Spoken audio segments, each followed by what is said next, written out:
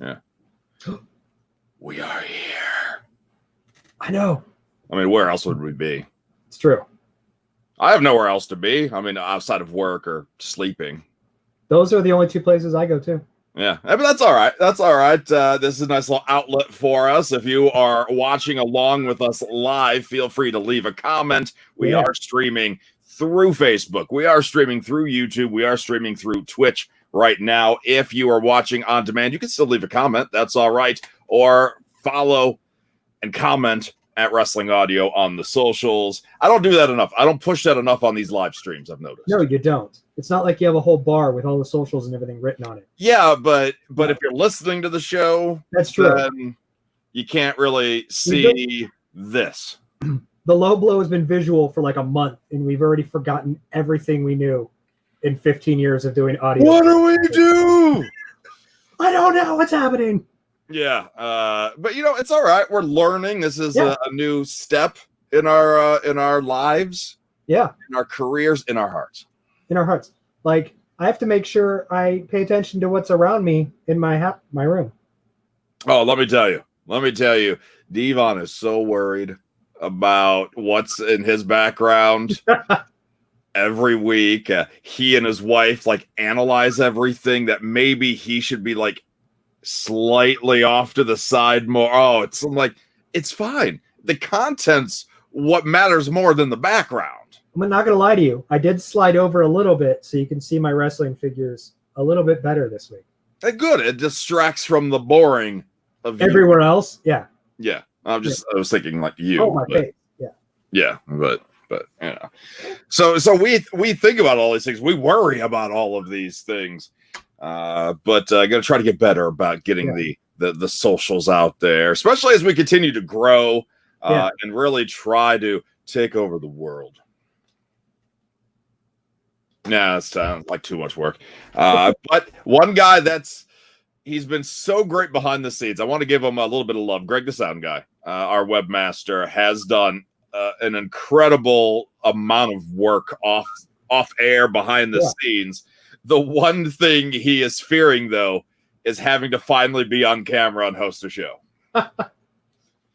Is that like a trade-off where he's like, I'll do all this work, but I don't want to be on camera at all? I think he would. I think with no hesitation, he would accept that deal if he could. But I told him this is where we're going. This is where everybody's going right now. So we kind of got to go with the times, got to be on video, got to be live streaming, interacting with people live. And he's got to get on camera. And he said by the end of the month, he'll have himself a webcam, and he's going to have a Thursday night free. Ooh. So we may do a triple threat. We haven't done a triple threat. No, we haven't done a triple threat in general in a while.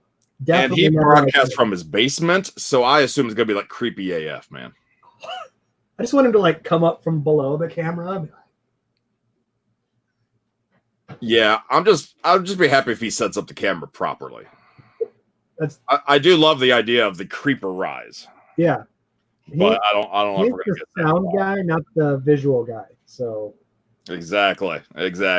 He's worried about the lighting. I'm like, you should be, because I don't want you looking all dark and creepy.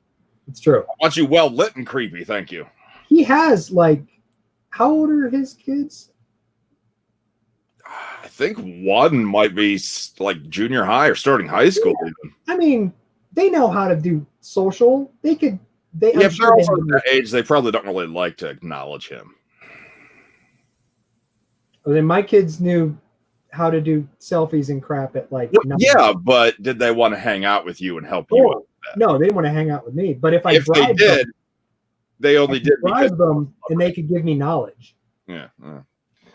Yeah, I don't know. I mean, he's Greg the sound guy. He's not Greg the great dad. I mean, so it just that's rude to say. He's okay, I'm sure. So we got 6 things. I got 6 things list I'm going to give. You got a high-low list. I do. But I want to follow up from last week. Uh-oh. Because I put the action figure challenge in front of you. Ooh. Oh, man, this is pressure. All right. So, and last week, you nailed it very quickly. I know. Kind of awkwardly. You got it very quickly. This is a lot of pressure, though. So I said I got to come back and find one that I'm certain you are not going to be able to recognize like that. All Action right. figure crotch. Pro wrestler. Oh, I told you were just gonna go black tights. Yeah, of course I did. Okay.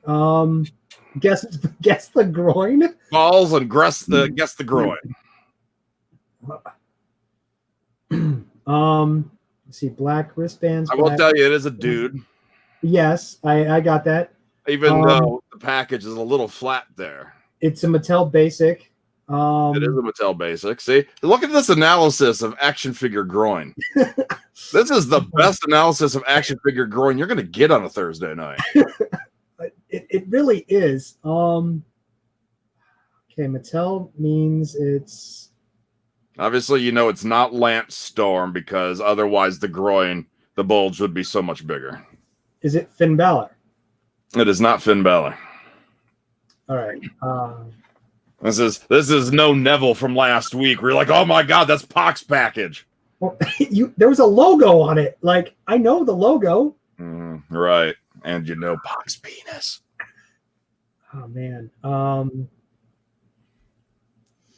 Hard hitting action figure groin. I wish. Is anybody good at jingles? I would like to do a jingle for Guess the Groin. With some sort of like impromptu theme music, like counting down that we don't have to pay for. Balls. Guess the groin. Oh man.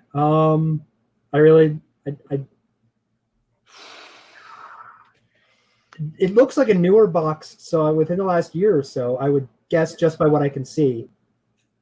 Because it's not red or some of the other accent colors of the other years. Guess the groin. I did and got it wrong. I'm just kind of like working out the jingle. I'm sorry. You work on the jingle. I'm not trying to distract you. I'm just trying to. I almost said I'll work on the groin. I'm like, that's gonna sound awful. You work on the groin. Your name is Ballz. That's true. Man, damn.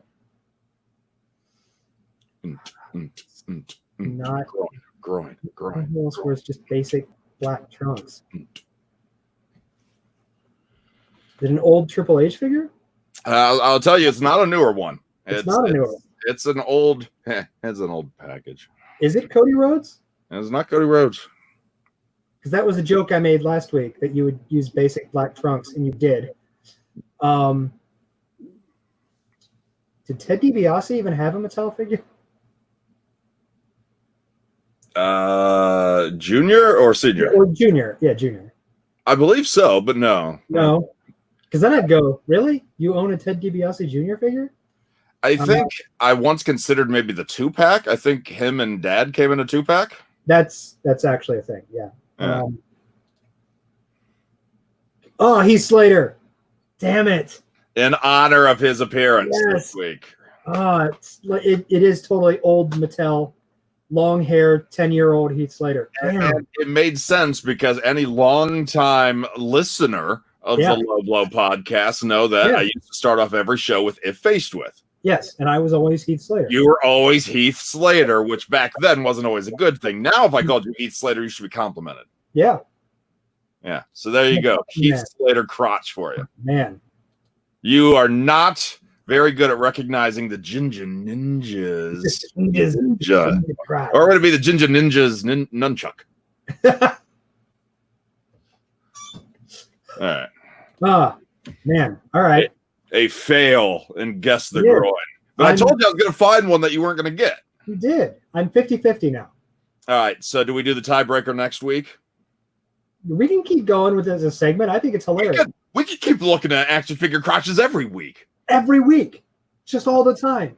Yeah. Why even stop? We'll just put it in the corner. It's much like we put your head, we'll just put action figure crotch in the corner. Rotating window of plastic crotch. Let's see. Let's see. Can I do this? Hold on. I'm doing something live on the spot. See, kind of small. It's a small package. That's the Ballz Guess the Groin. Yeah. I tried. I got live on the spot. It's totally unreadable, but it's there. Totally unreadable. Yeah, well, totally unrecognizable. What a failure of a collector you are. Ooh. Whoa. Whoa. Whoa. That is over the line, sir. Sir? Whoa. I object. I am many things, a failure at a lot. But collector, sir? I think not. Don't you dare belittle me. All right, 6 things. Then we move on to your high-low list. If you have thoughts, you have reactions, you have arguments, let us know in a comment. 6th thing, number 1, FT-dub, FT-dub. FT-dub for the win. Big thing on AEW this week on the Fyter Fest Night 2 is that Taz dusted off his old F the World belt, his championship from ECW, and gave it to Brian Cage. First and foremost, I ask thoughts on Brian Cage being his own champion. I think it's interesting. It definitely adds a little something. I like the idea, the storyline idea of Taz saying he needed momentum going into the contest with Moxley, so that he basically made up momentum, right? That was as a good manager would. So I like that aspect of it. I think it's interesting. You keep saying interesting, but interesting doesn't always have the best of connotations behind it. No, it doesn't. And I don't like, because what you asked me was it him being his own champion. You didn't mention what I thought about him being the FTW or them bringing that back. Okay, well, I thought you would naturally progress into that. So 2 different questions. Since when have you not just taken and run with it? Man, this is your 6 things. I don't want to impeach different stuff. Since when? It's true. No, I love that Tony Khan said the announcement would send shockwaves through the wrestling industry.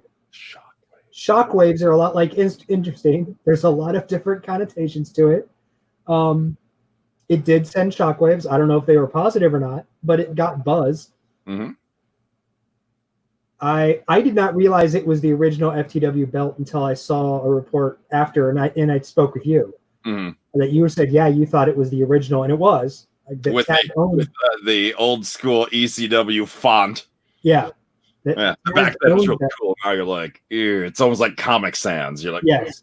Taz owns that belt and the likeness and all that stuff to it. ECW didn't. Mm-hmm. Taz can use it for whatever he wants, which is kind of cool. I don't. Have you read anything as to how this came to be? Was this something that they suggested to Taz, that Taz brought this up? Like, that's what I'm curious about. No, I haven't seen that. Suggested the idea. I would almost assume it was a Taz idea, just the way it was presented. That you know what, the idea represents the baddest SOB in wrestling. Let's do this and kind of do what he wants with it. What happens to it after this? Who knows? Do you think Brian Cage is a good representative for it? I think so. As of right now, I mean, I don't know who else in the company. Maybe Lance Archer, as just a bad dude. But he's already got representation. So. Exactly. So I do think, number one, we've talked about it a couple times about me wondering why Brian Cage needs a manager in general. Mm-hmm. Taz being the manager has kind of grown on me as far as Cage goes. Right. I do think, and I like this as a managerial stunt to get momentum, to get publicity. It gets your dude out there, just noticed. So yeah, I like that aspect of it. Which also, I kind of think means that he's not winning that big title from Moxley. No. Yeah. I think that, unfortunately, is a bit of foreshadowing there. If you're a Cage fan and you were hoping maybe for a title change here, but I just don't think that's going to happen. I think you give him this FTW championship to give him a spotlight, give him some prestige without giving him that world championship. You don't bring him in all hot like that, where he wins the Battle Royal and all this, it's gained momentum since. To have him lose to the champion, then back to square one. I mean, you find some way to keep that going, and this, I think, is good. I just hope it lives up to it the first time, from the first time around. No, I agree. It needs to. Yeah. What's going on, Wesley? How you doing, sir? Think about this, as I've had so much fun reading people's comments about this, because as you know, you have to pick a side. You cannot like both AEW and WWE/NXT. You're not allowed. Apparently, no. It's not allowed. You cannot be fans of both. Sacrilegious, blasphemous. Yeah. I don't know. You can't do it. You can't. Just not allowed. So reading these talkback threads, these comment threads on social or on the dirt sheets themselves, to see the back and forth sniping every week is entertaining to me. But this belt and the amount of anger that it seems to have risen that AEW would copy off of WWE so blatantly that WWE was the first to have a guy with his own belt in the $1 Million Man, Ted DiBiase. I mean, yeah, but people like, I know my history. WWE did it first. If you know your history, then you know this is actually Taz's belt. Yeah, if you know your history. Yeah, a lot of people are like, I wasn't around. I didn't watch back then. I was too young to watch ECW, so I don't know much about it, but I think AEW is stretching. Like, if you know nothing about it, look into it before you decide. Like, don't rule it out yet.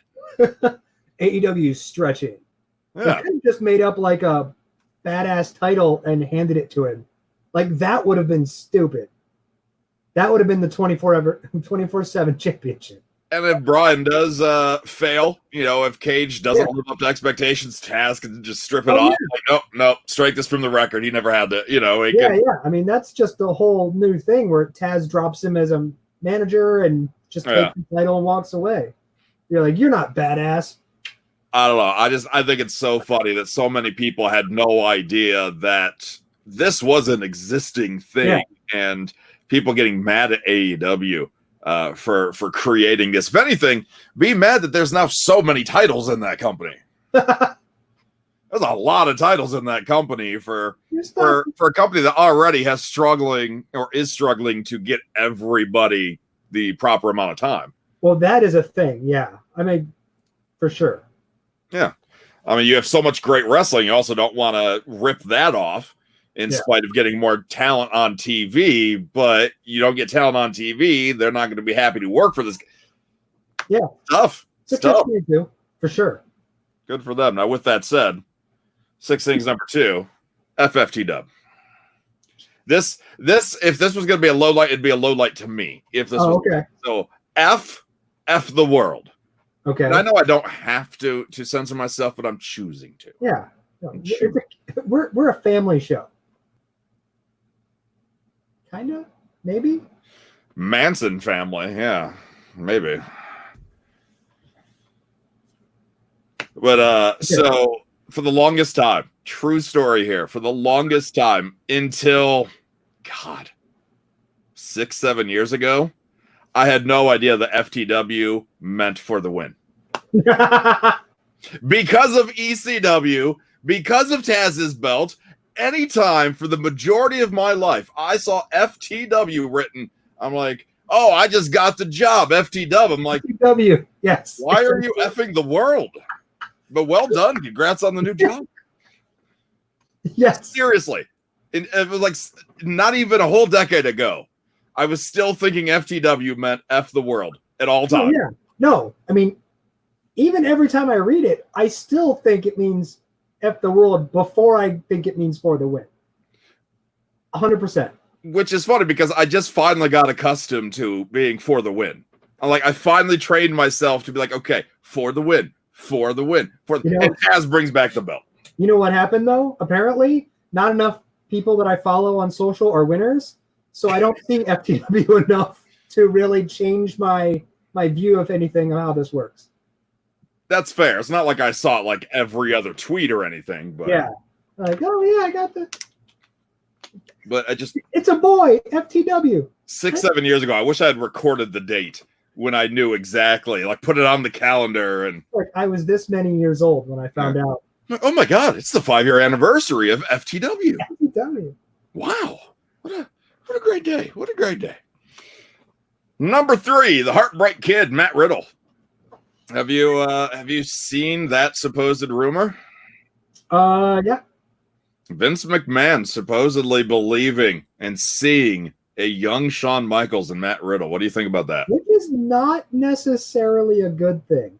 The article that I read that I'm assuming you read as well is the fact that, Riddle is rebellious, kind of speaks his mind, that type of stuff for Shawn Michaels. As we know from those of us who knew that the WWE had their own title first, you've been around a while. That didn't necessarily go so well for good old HBK. Right. Like, at some point, he left and found God. Like, he did need to leave. He made a lot of enemies. Yeah. Bret Hart, very vocal about how much he really did hate Shawn Michaels. Yeah. Like doing business with him, but hated him as a person. Yeah. Riddle, I could see that. And I think character-wise, or at least talent-wise, maybe not character-wise, but talent-wise, I think Matt Riddle has no potential. Like, there's no glass ceiling above this kid. He just continues, to me, getting better and better. That's what I was like. You're like, he has no potential. I was like, wait, what? He's got no potential. Yeah, I was like, oh, all right. This took a turn. Just drop out. Just leave. Yeah, just You're go. done. Character-wise. You're done. Get going. That's HBR, Heartbreak Riddle. Yeah, but I could absolutely see it. And, Matt Riddle, knee deep in some allegations right now. He's got his own drama, which kind of sounds like a young Shawn Michaels as well. And I think if he's just willing to try to learn the system a little bit, if he's trying to become a better, little less reckless individual, then I really could see him having a longer career. I mean, to say anybody's going to have an HBK career is crazy, but I think Riddle does have a lot of potential if he can keep his head above water. Yes, no, I agree with that for sure. I think, he kind of learns the system a little bit, not necessarily tones it down, but maybe picks the times and chooses where he battles. Where he accentuates his personality for sure. And that, for a lot of people, comes in time. Doesn't always hit for everybody. Common sense, not so common. But I've already kind of seen, like, when he was in NXT to now, I definitely felt he was more reckless with some of his tweets and commenting. Yeah. And now, I mean, he still is opinionated and he's still honest, but he doesn't seem to be as snipey as he was. Yeah. So this goes along with Vince McMahon seeing Angel Garza as a young Eddie Guerrero. Yeah. Apparently, all Vince sees is young versions of older wrestlers in all of the new wrestlers in WWE. As long as they're being compared to good wrestlers or ones that Vince respected, then I'm not opposed to it. But this one reminds me of a young Duke the Dumpster Droese. Right, yeah. Fantastic. This Ricochet kid, he reminds me of a young Evan Bourne. Ooh. Eesh. Number 4 item on my mind. Bang, boom, pop. Between this recording and the last live stream, we had a holiday. True. A 4th of July holiday. A 4th of July. An Independence Day holiday. And you know how, even if you don't buy them yourself or set them off, you know that fireworks have these over-the-top names, right? Yes. So I was thinking, and I'm going to put you on the spot here, which wrestlers do you think would make for good fireworks? By name alone. Oh, Ricochet, easy. Ricochet's a good one. Ricochet. Like, see, you were right there on that one. My first choice, a little less in the loud, giant explosion, but rather just for the spectacle, Gold Dust. Yes. Like Gold Dust fireworks would be pretty. They would. That's true. Yeah. I also have, and I don't really know why. Maybe it's because I know the wrestler, and he go bang, DDP, just DDP fireworks. DDP fireworks? Yeah. I don't know why. I feel like DDP would be a good, like, death, damage, propulsion. I don't know. Something, RKO, just fireworks out of nowhere. Okay, that's not bad. Yeah, that'd be good. I mean, I wouldn't trust myself letting those off if they explode out of nowhere, but no. Somebody would be brave enough. The Big Show. Really dull. The Big Show, of course. You know what you're getting from that one. You're getting a Big Show, and if you don't, you want your money back. Yes. There's like little like fine print, not actually a Big Show. Right, yeah. I know I'm putting you on the spot here. Yeah. But you've got some good ones already, though. I'm trying to think, man. The Blue Blazer. Ooh. Does it go up and it only then explodes on the way down? Is that kind of what are you thinking? Or no? No? Okay. I was just curious. You brought it up. I'm just making sure we're on the same page here. Oh, yeah. Yeah, that was not bad. You cheating? You're looking at the that's all right. I have a whole room of cheating. I did it. The Undertaker. There you go. It just seems like one of those badass ones. Like, oh man, I can't wait to light off the Undertaker. the Rey Mysterio. The who's that jumping out the sky firework? Nah, that's a failure. I don't like that one. That one's gonna be on the clearance rack after the 4th of July. Well, yeah, he's not even with the fireworks company anymore. No. The last one I have is the Hurricane. Oh yeah, which makes a lot of sense. Absolutely. Stand back. There's a hurricane coming through. Kaboom. I mean, that makes a lot of sense. You got to give us one more. The Limitless firework. Keith Lee. Oh, okay. All right. I'm glad you didn't say like Dude Love. That would be an odd firework. Such an odd firework. That would be. Oh, how did we not think of this one? Matt, perfect guess right there. Perfect idea. Bam Bam Bigelow. Perfect firework. Sometimes the answers are just right in front of you, and like if WWE wasn't PG, I would wonder why. Why have they not licensed fireworks? They've licensed everything else. I mean, then you can start going with nicknames like Latino Heat. Oh yeah. I mean, like you just have so much fun with it. The 8th wonder of the world. Maybe with Rey Mysterio, they would just call it the Booyaka. Booyaka. Yeah. Booyaka, booyaka, 6-1 kaboom. Item number 5 on my list: Disputed Era. Disputed Era. Disputed Era. Now that Adam Cole has dropped the NXT World Championship, a lot of people thinking, guessing, speculating, expecting the Undisputed Era to move on to the quote-unquote main roster. This is where the dispute comes in. Raw or SmackDown. Should they get called up as a group collectively, where do they go? SmackDown. Why SmackDown? Because it needs something.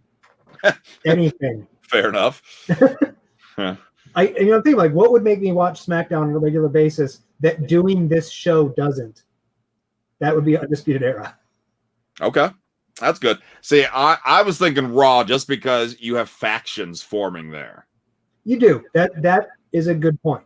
And that's really about it. You're absolutely right about SmackDown needing some help, and that would be a good injection to that program. You can get Styles, Adam Cole. You could get Daniel Bryan, Bobby Fish, Daniel Bryan, Kyle O'Reilly. Like, I mean, you're thinking in those regards. I'm thinking Adam Cole versus a Braun Strowman, or Adam Cole versus a Bray Wyatt with the whole I'm the longest running NXT champion, and automatic assumption that he should be next in line. Oh yeah, knowing that we can build towards AJ and Daniel Bryan and some of these other stars for sure. It would be curious to see because him and Kevin Owens are really, really good friends. Him going to Raw makes some sense in those regards, but it's not always about friendships. It isn't. Yeah. The show goes on between you and I. You and I have not been friends in a long time. No, it's been a long time. Long time. So out on Front Street, though. Yeah, that's true. That's true. So it'll be interesting. Probably they won't even go anywhere. They'll probably just stay on NXT. They'll win the North American title at some point. Right. Yeah. And that's it. But if they do move onwards and upwards, if they do move up to the main roster, quote unquote, then it'll be interesting to see where they go, only because. And will they actually be the Undisputed Era? Will they continue to be a group? Because that should be a concern for us fans. It should be a concern. You would think that they wouldn't be stupid enough to separate them, but you get some sanity vibes where they get drafted together and then they're immediately separated. Yeah, we really think that Adam Cole's going to be fine on his own. So we're going to keep Fish and Riley together. We're going to keep Roddy down in NXT. Yeah. It'll be fine. Yeah. Roddy stays with his wife and the other two do whatever. Right, exactly. Yeah. Mm-hmm. I just hope, again, if they're going to bring them up together and do it right. But for sure. Last thing on my mind, Psycho's rewatch programs. And I say psych because that guy is, I pointed the right way this time. Suck as a weatherman.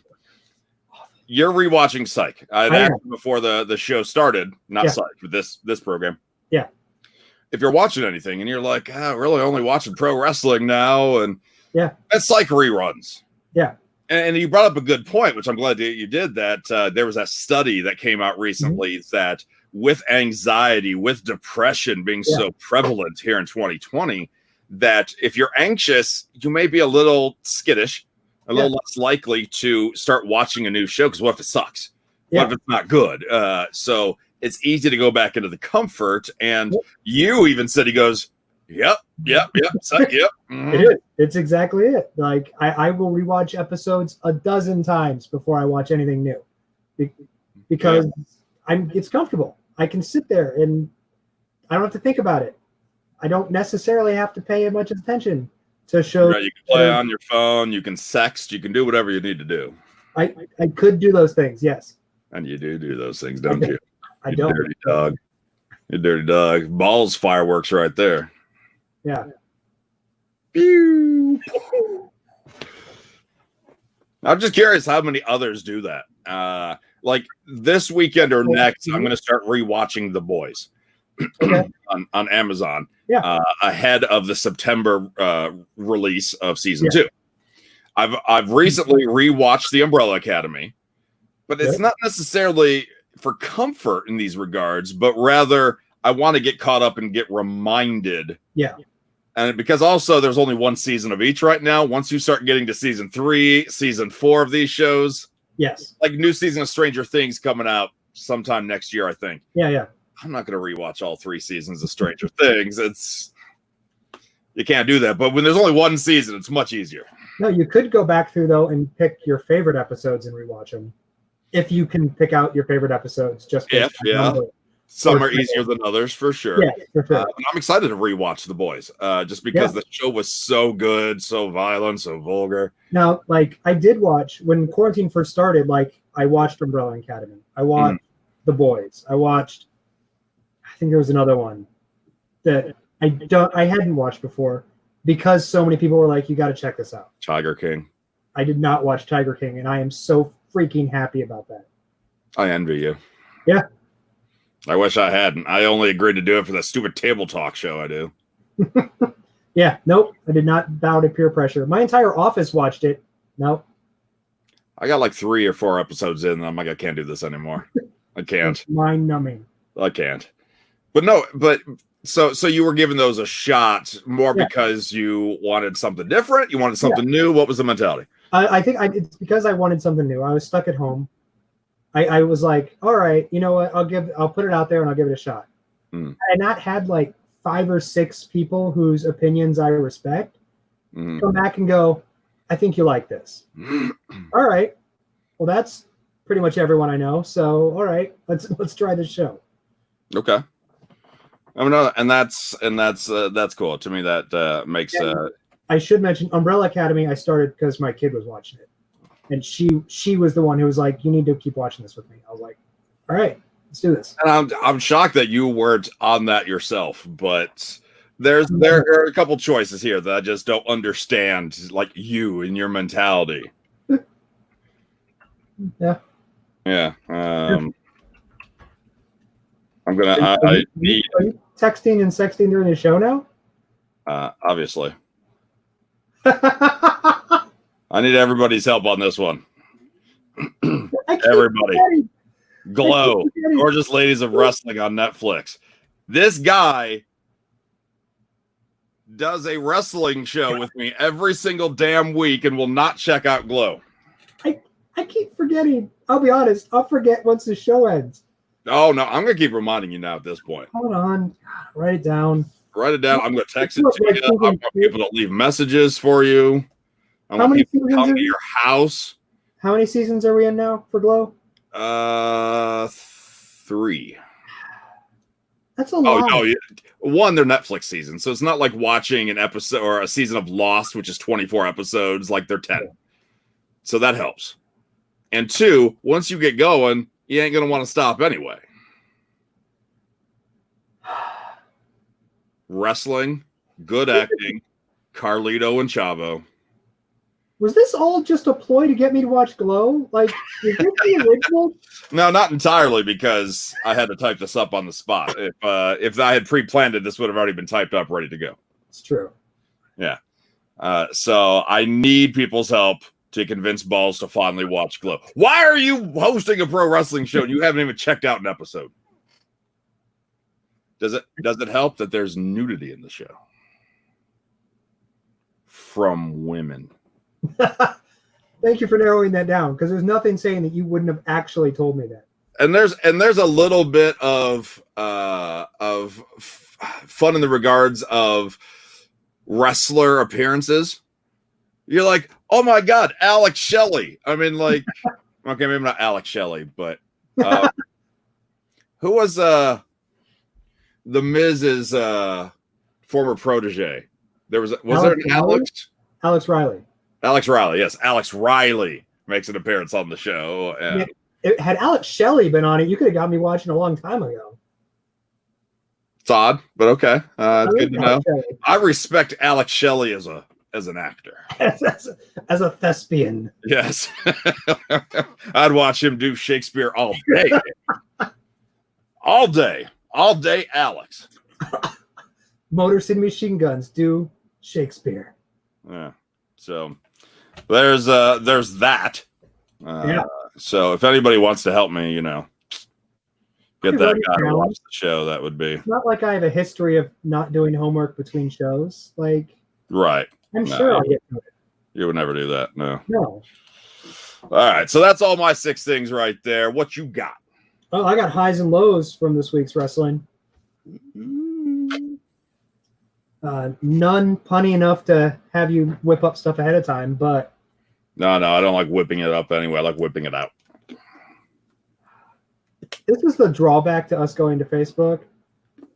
There's always that threat that you're just going to whip it out, and I'm not okay with that. Yeah, I mean, does Facebook have standards against that? I don't know. If they do, I haven't read that. You could have just paused with, does Facebook have standards? Hold on. Do I still have? I don't have the overlay. So yesterday on Table Talk, I had an overlay, but I forgot to make the background transparent. Yeah. So it was just like how there's the low blow and then the wrestling audio thing at the top and bottom. Yeah. What a white screen. I was gonna pull that back up and be like, "Sorry guys, having technical difficulties," and like threaten to stand up and then put that on the page. Freaking right to censor comes out. Woo! That's the best I had was the Viking Devon from Table Talk still. I do love Viking Devon. I'm never going to go the right way in the camera. Yeah. Highlight number 6. Highs.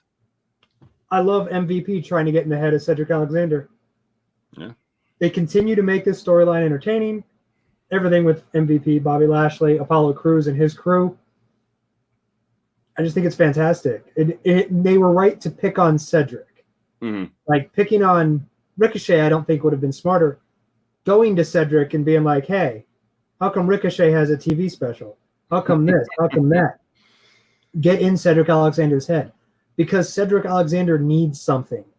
I don't know if it's a heel turn, but it could be. I think that's where it's going, to be honest with you. And I think, leads to some... If we can get a series of matches between Cedric Alexander and Ricochet, something that helps them both get over and showcase some talent, it's a win-win-win for everybody. Kind of, I guess, similar in regards to Aleister Black and Buddy Murphy for a while there. Those two didn't have a lot going on, but they created that story to allow them to keep clashing. And I think for the most part, it worked out for both of them. I mean, neither are in the main event, but neither of those guys are in a spot to be right there anyway. So yeah, I think a Ricochet Cedric Alexander feud would be magnifique. Yeah, and there's that wrestling saying that you always hit harder when you're friends. Mm-hmm. I think it would bring a lot of authenticity to it, them knowing each other and making it personal. Right. Highlight number 5.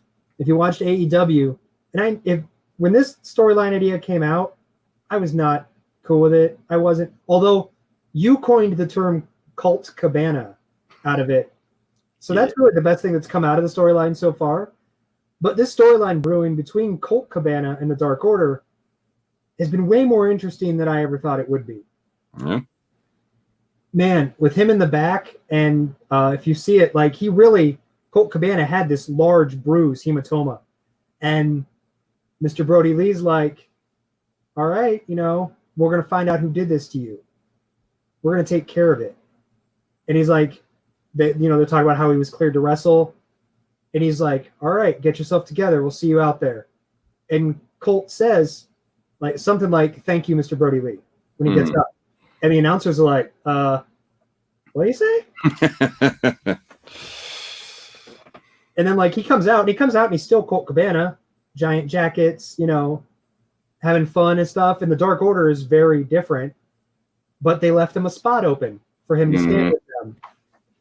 And then at the end of the match, Brody goes to tag in. They end up tagging Colt in to make the pin.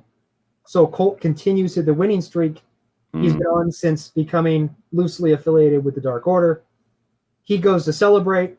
None of them celebrate. They just kind of tap him on the back and let him dance around to his music while they all leave.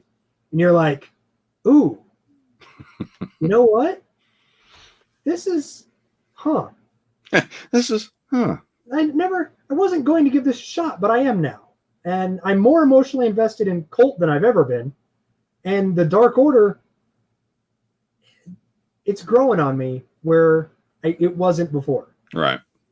And that's sometimes when you put these long-standing characters and stars in a brand new situation. I'm not talking company. I'm talking brand new situation. Then you're going to get some unexpected results. In this case, I embrace the idea of the two sides because we hadn't seen that from Colt Cabana, and I heard about it. AC and his boo graphic and whatnot is the comment that would come up. I thought it was great, and I like how they're handling it so far. I just hope they continue to have fun with it. I don't know where it's going, but it's a good slow burn. Yeah, I like it. We talk in wrestling all the time that, a lot of companies, a lot of storylines are sped up. Mm-hmm. They don't let them breathe. There is no ADD generation here. Yeah. There's no long-term storytelling. And it seems like with at least some storylines, AEW is trying it. And WWE does too. So it's not right, like of course. Yeah. I'm bandwagoning it. But how dare you disrespect the E? I know. I can only like one. I'm sorry. Sorry, Mr. Brody Lee. Highlight number 4 for this week's wrestling. We talked about him earlier. We showed his crotch. Heath Slater showing up on Monday Night Raw. There it is. Boom. Went the wrong way again. Boom. Heath Slater showing up to give a very impassioned promo for Drew McIntyre. Only part of your hand is visible, so you can't tell that you're petting Heath Slater. There you go. I'm working on it. You worry about the highlight. I worry about you're distracting. But no, Heath Slater's his promo was good to Drew. Give me what I've earned.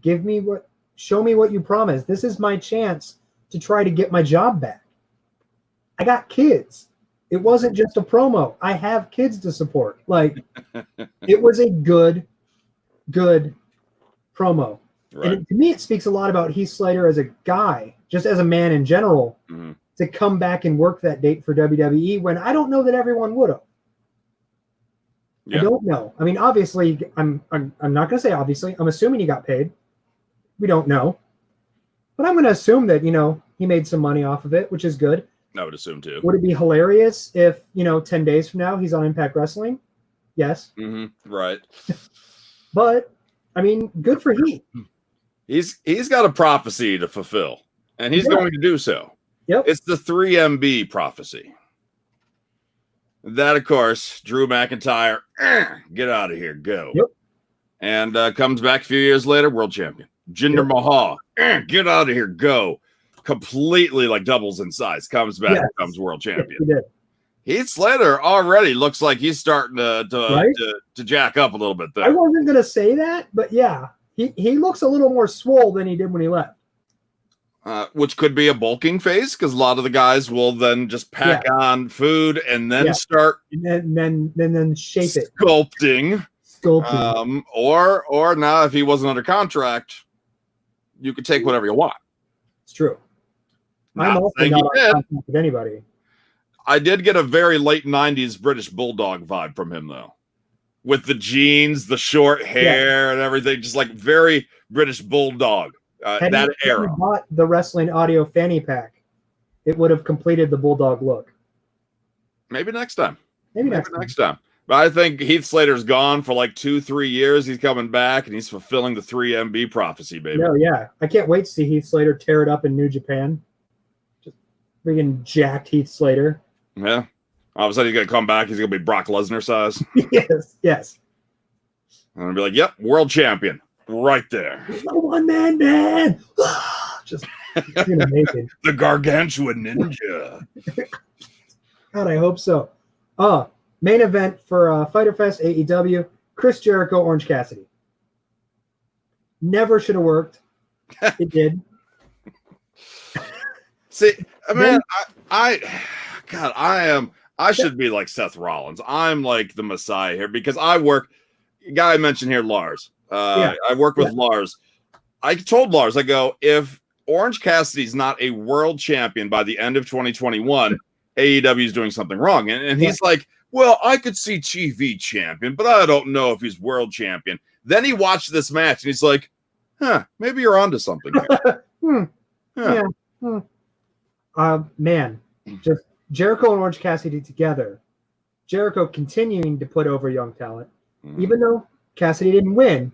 He still looked good. And it told a great story. You know, just the whole buildup of them together culminating in this match. Great story between Jericho and Orange Cassidy. I don't know what happens next, but it's going to be awesome. Yeah. I'm hoping there's rematches and, best friends group still feuds with the Inner Circle. Right. But who knows? But as a match, I thought it was great. They could follow up from there where maybe they move into a stipulated match where Orange Cassidy or somebody around him starts taunting Jericho that he was this close to winning, or Jericho does the rare heel thing of, hey, you impressed me. Yeah. You got some promise, kid, but I bet you can't do it a second time, or something along those lines. And really, if there's a heel that can pull that off, it's Jericho. The one thing I'm expecting is probably some sort of cage match, because there was a lot of outside interference from Santana and Ortiz. So I could see something like that. I will say, though, I stand by my statement that Orange Cassidy will be a world champion in that company by the end of next year at the latest. And I know that gives myself a large window of guessing there, but the reason I'm going to say that is because I love that he's been so casual, but as he's continued to grow as this character, we're starting to see the serious side, and the serious competitor can come out. And I like that the whole almost Jekyll and Hyde situation where in the ring he's a beast, but otherwise, hands down his pants. Yeah. So I like it. It just sucked that you couldn't watch both main events at the same time that easily. No, that's true.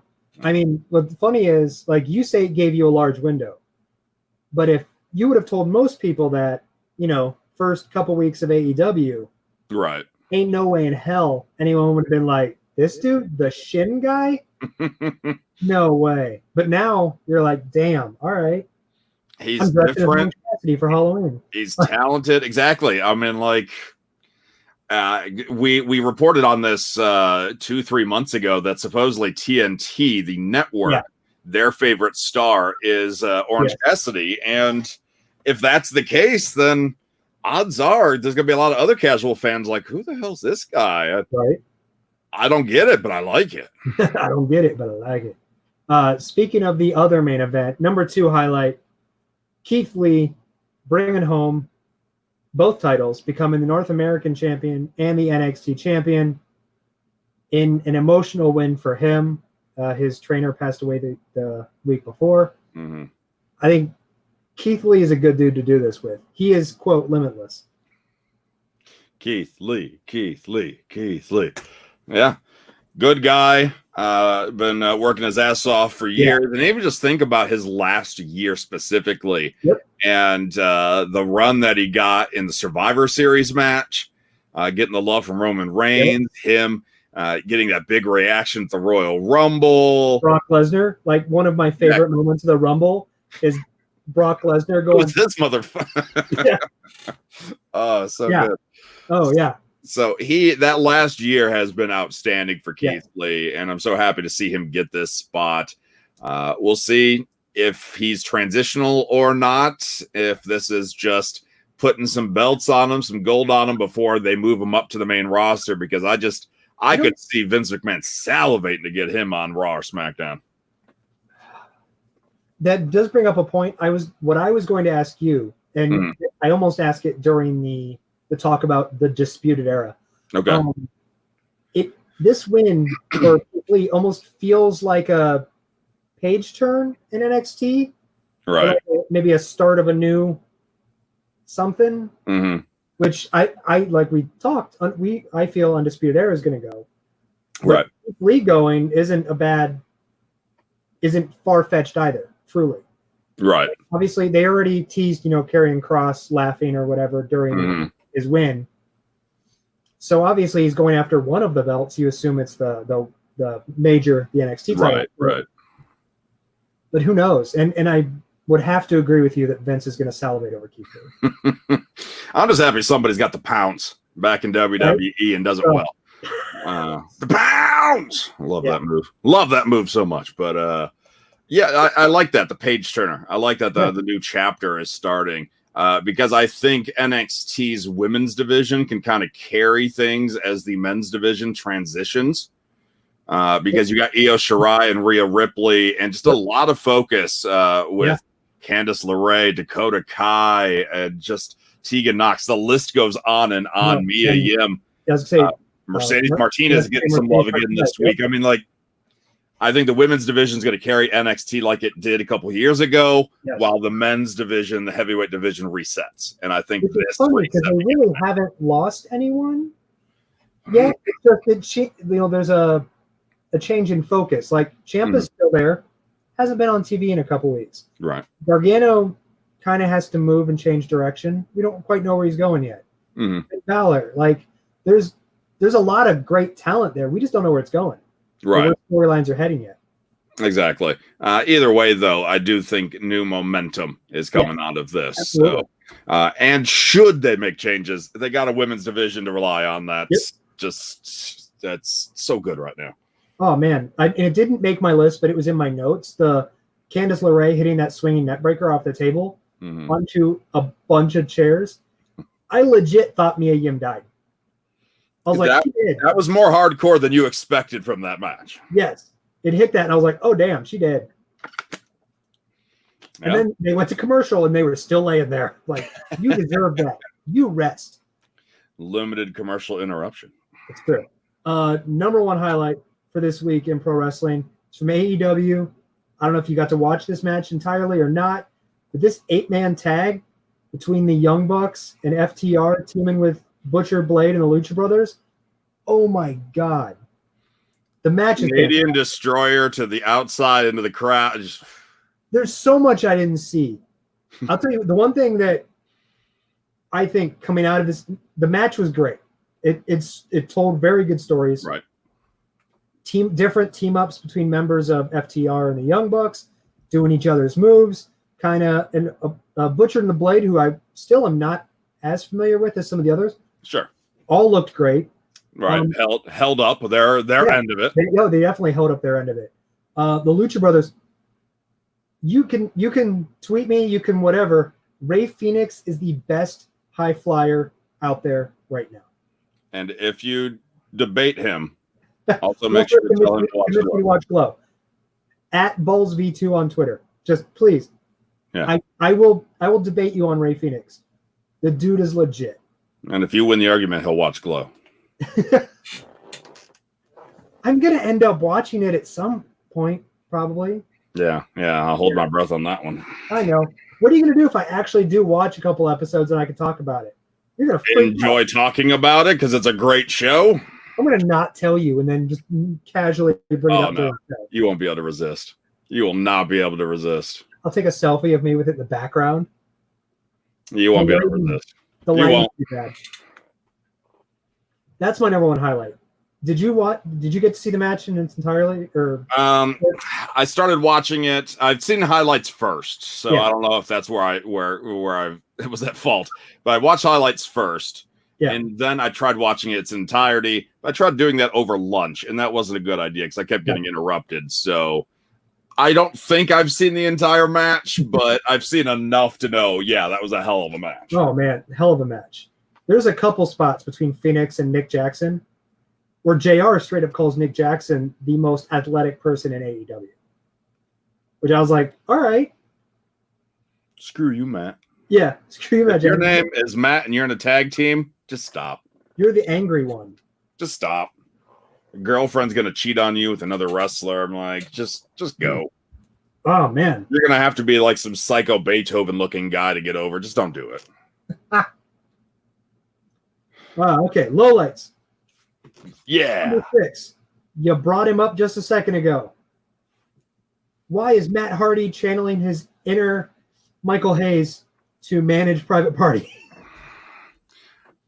So I wondered that too, and I had seen something online saying that Private Party apparently Matt's one of their greatest idols, like one of their heroes. Okay. And they had asked, is there any way we can work with him to some extent? And Matt, when he heard this, was all for it. Goes, oh my God, I love these guys. So I don't know if that was simple as that, or if there's actual plans for this to go somewhere. But because maybe you disagree with me, and I don't know. Matt Hardy, hype, comes in as Broken Matt, does this whole thing with Jericho, transitions, and then and I know he's been with Private Party for a couple weeks, but then it's like, boom, he's a manager to Private Party, and you're like, this character took a hard left turn. No, I agree with that. I think there's a lot of reliance of following him on social to understand that he has the different personalities in his head now. Yeah. And I think if that's just the TV took a little bit more time to focus on that. So people that don't follow him on social aren't asking what the just happened. Yeah. Because you're right. Like the broken character and whatnot, and now he's still Matt Hardy, but certainly not the drone flying guy right now. Exactly. And now, because of all of this, the odds of me accidentally saying Private Hardy are so much higher than they ever were before. At least it works, though. I guess. Yeah. Lola number 5. I mentioned it earlier. The Ricochet 365 special. It's just okay. Wasn't that great? So what made it just okay? Was it Ricochet's just a boring guy? I mean, what don't you like? First of all, coming off the heels as technically their first big special after the Last Ride series, anything after that is going to be compared to the Undertaker's Last Ride. Whether it should be or not, it's going to be. Well, let me pause you right there. Ricochet should be used to that after the big match, he's put in that filler match before the next big documentary in this case. So I mean, really, that's just pro wrestling. That's true. But you're right. Yeah. The part that was just okay about it was nothing major happened. It covers his first year from right at the end of his NXT run through basically him losing to Brock Lesnar in Saudi Arabia. All right. So the most drama from it is highs and then kind of the stalling of your character and then getting pushed a little bit more, and then like getting right. you know, I do this, you know, he goes from Raw, SmackDown, NXT, working multiple shows in a row, getting drafted to Raw, and then kind of going off TV for a little bit, right, and beating Bobby Lashley, and then disappearing for a little bit, and then so like the main drama is him just getting used to not being on TV all the time, and him saying that, you know, I plan on being here a long time. Yeah, this may not be where I wanted out of my first year, but I have many years ahead of me. Yeah, it's true. I can see that. Although I think you're a little too bloodthirsty to be like, oh, the show's only okay because he doesn't have enough drama in it. Where's the marital stuff? Where's him injuring a wrestler? But okay, let's pre-planning on WWE. Do you think when they plan these 365 specials, you maybe give them something to do during that year to make the special worth it? You mean like hire an actor to accuse him of cheating on his woman? Is that what you mean? I didn't know, but that's what I would do. I'd be like, all right, we're going to need you to go ahead and do that. We need drama for this. And you're like, give him a push. You know, big matches on TV or something with a storyline that people remember. No? All right. Yeah, fine. That makes too much sense. I like my idea better. Yeah. Fake actor with a baby. I'll do that one. Oh, yeah. That's a good one. Low at number 4, Dolph Ziggler's stipulation being a secret. I Spy. It's no longer a secret. Is it no longer a secret? No, I spy with my little eye. An eye for an eye. Oh, that's not Dolph Ziggler. That's somebody else. We'll get to that. That's somebody else. Oh, yeah. See, I don't even care about Dolph Ziggler's stipulation. That's how excited I am for it. Oh, God. Yeah, this is going to be bad. You're jumping lowlights like crazy. Well, maybe this should be lower on the lowlights then. Dolph Ziggler, the fact that, you know, it's a secret. I'm not going to tell you. You know what that translates to me? We don't know what it is yet. Oh, that's exactly it. Or we just already announced another one. We can't announce this one. Or we haven't watched AEW yet to figure out what we want to do. We need to figure out 6 other guys for you to have an 8-man tag with. Any other unique matches that AEW's had lately? Because that's what WWE is going to rename for Dolph Ziggler's stipulation. Sure. Yeah. Accurate. 100%. Stadium Stampede. Yeah, exactly. Yeah, it's going to be some sort of, you know, like gambling themed match. And yeah. Where did Dolph Ziggler get a horse? It's going to be a fight on a football field. This should have been a WrestleMania match. It's going to be down at Tampa Bay. It's going to be at that football field where Buccaneers play. And he's going to ride a horse. You got it. We called it. This is it. First one to ride a horse match. We knew it. Yep. Ride a horse match. Low at number 3. Nyla Rose's announcement that she's going to get a manager because it does so well for them in AEW. She points out Art Anderson and Cody. I love how over time you've become the skeptical one towards AEW. Whenever it is like, Mo, you need to give it a shot. But like this, every week you say something about AEW's. You're right. You know what? And people will continue to be like, hey, Mo, no one gives a crap about what I say about anything. This is true. That's right. Yeah. So she's getting a manager. I don't know who's it going to be. I don't know. Do you have any thoughts about who a good manager for her would be? I'd seen somebody on the interweb mention that it could be Medusa. All right. And I'm like, oh yeah, I could see that as well. I do think it'll probably be a female, probably somebody that has a solid track record in women's wrestling. And unfortunately, that list isn't real long. Like, or at least who's available on, know, exactly. Yeah, that's willing to bite the hand that feeds the WWE hand. So it's Victoria, because you possibly, yeah. And though I wouldn't be upset about that either, though. No, I wouldn't either, really. Yeah. But I think part of it is just a larger issue with, and we could talk, and it comes up all the time, but we could talk about how AEW treats its women's division. Yeah. You know, there was very little on this show. It basically Nyla beating up 2 people, and then stuff between Britt Baker. Mm-hmm. They got her suspended. Yeah, and that whole storyline there. There wasn't a whole lot. And you know what? I'm just not sold on Nyla Rose as a monster. I feel like there's so many women in the company you could be doing a lot more with. Yeah. So I don't know. It does seem like a manager is something that helps out a lot in AEW, unless you're Sean Spears. Well, maybe at this point, maybe you just realize Sean Spears as a singles wrestler may not be your best bet. No, I still think, they need to bring back that tag team thing where you're just looking for a tag team partner. It's something. Of course, here we go. AEW just introduced the FTW belt.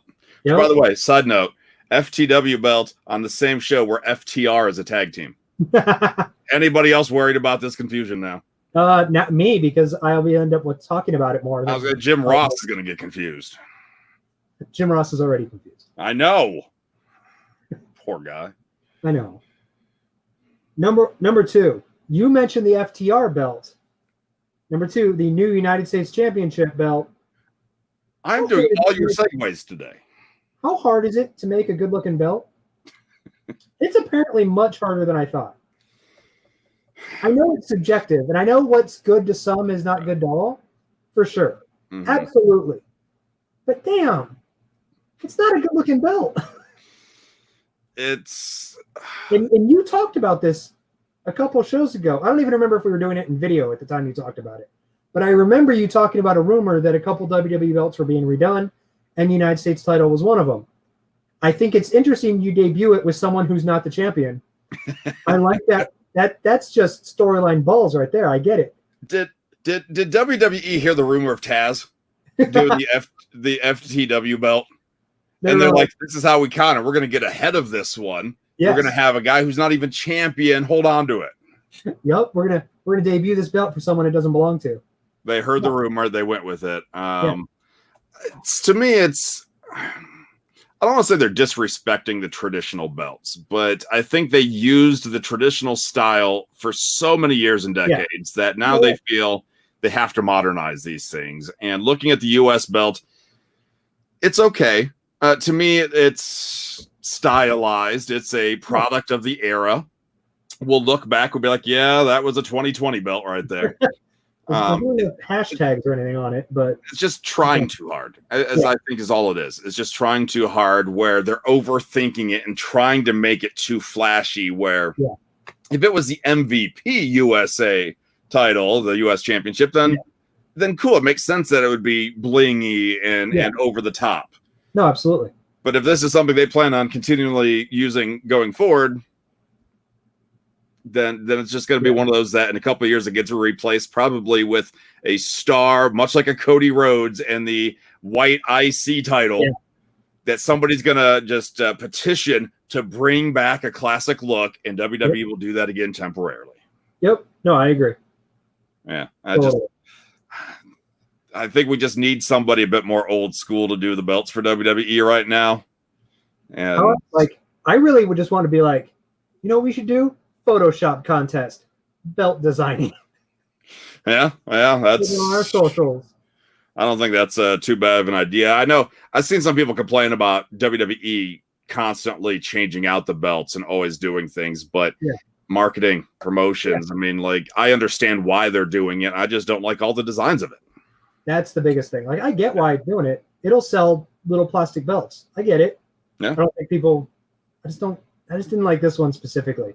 Yeah, I agree. Number 1 low light. Here we go. I can't not wait to talk to you about this. What the hell is an eye for an eye match? And why was there an announcement that said to win you must pull someone else's eye out? There's no getting around that now. Calling it an eye for an eye match is one thing. Putting out a press release that says the only way to win is to rip your opponent's eye out? There's no way around that now. I cannot wait for Tom Phillips to have to over-iterate. Do not try this at home. That they're going to make sure over and over again, don't try this at home. And I cannot wait to see how bad the eyeball prop they use is. Because that's what they're going to do. They're going to cut the camera at the right moment or whatever. So when the eyeball's out, there's going to be like a cinematic shot with the dramatic horror music playing. And you're going to see like the eyeball hanging out, and it's going to look horrible.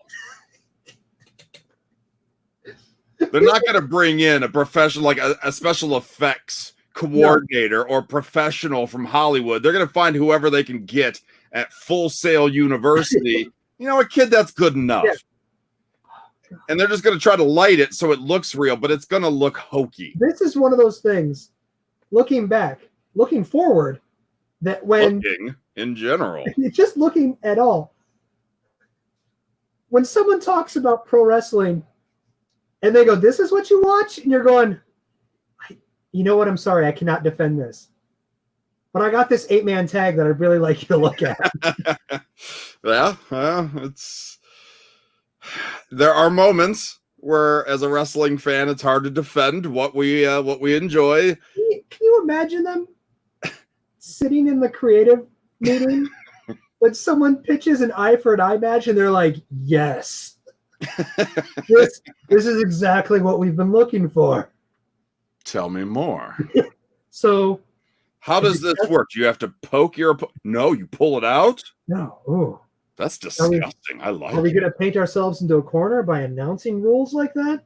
Ooh, oh yes. Oh, yes, like we are. Are we like scooping it out, or is it full removal, or slightly just dislocating it? Is it just bulgy? Thinking. Will we play up the fact there's way more medical staff at ringside than normal? Do we bring back the boogeyman to eat this eyeball? Well, yeah, and I mean, obviously. And then how long does Seth Rollins go with a patch on? Really? I'm thinking it has to be Ray because he's not under contract anymore. Well, Ray's already doing it. Ray's already had the thing. So, like, to me, that's no big deal unless he's wrestling blind, which... No, but it's how you write him out of the story. He's not under contract, for as far as, we've heard before. If he's already not working under contract, can't he just continue not working under contract? I can't imagine WWE keeps the storyline going super long. A few more appearances, why not? What's a few more weeks? Well, that's what I'm saying. A few more weeks, sure. But then you've already then you could still let him go. You could still, like, Brock Lesnar, they don't acknowledge Brock. The hell, they've hardly acknowledged Roman over the last couple of months. So if Ray just goes away, no big deal. But Seth could still, be regrowing his eyeball. He can, he could, Deadpool his eyes. So maybe little by little we get updates of how bad his eye, like he's got a little teeny tiny baby eye. I want.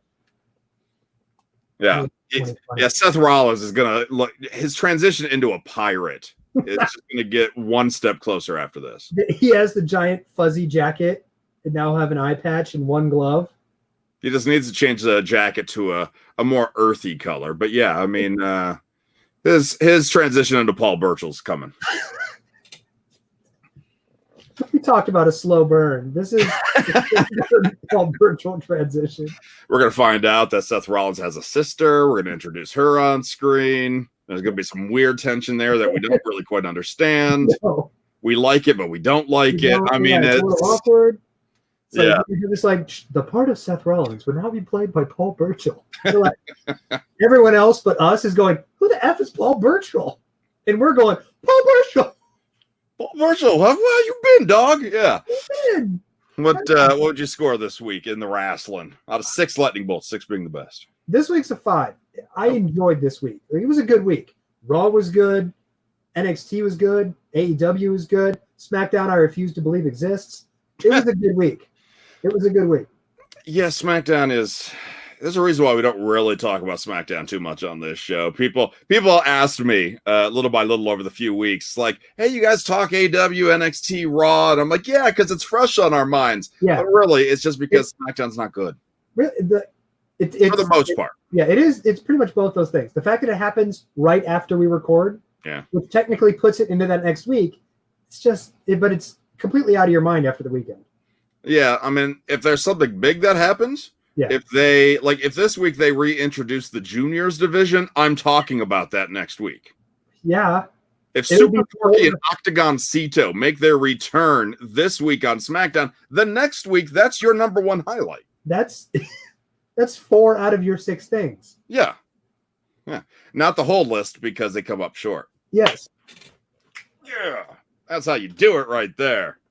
At Wrestling Audio on the socials. Give us the love if you're enjoying these streams for whatever reason. I don't get it, but I thank you anyway. Give us a review. That helps us with the big machines. The algorithms. Exactly. Helps us out. So if you would be so kind to do that, we do have a store through Teespring, so you can get Ballz' stuff. Yeah. You can get the Wrestling Audio fanny pack that Heath Slater missed out on. And there are more items coming, by the way. A glitch where I'm a user, I can upload, but I can't upload. Once that gets figured out, I'm going to be adding stuff to this site all the damn time. Hawk Hogan's finally going to have a shirt. Thank God. Right, the Greg mispronunciation. So anything you could do to support the cause, we appreciate it. Ballz, watch glow. Yeah. Come on.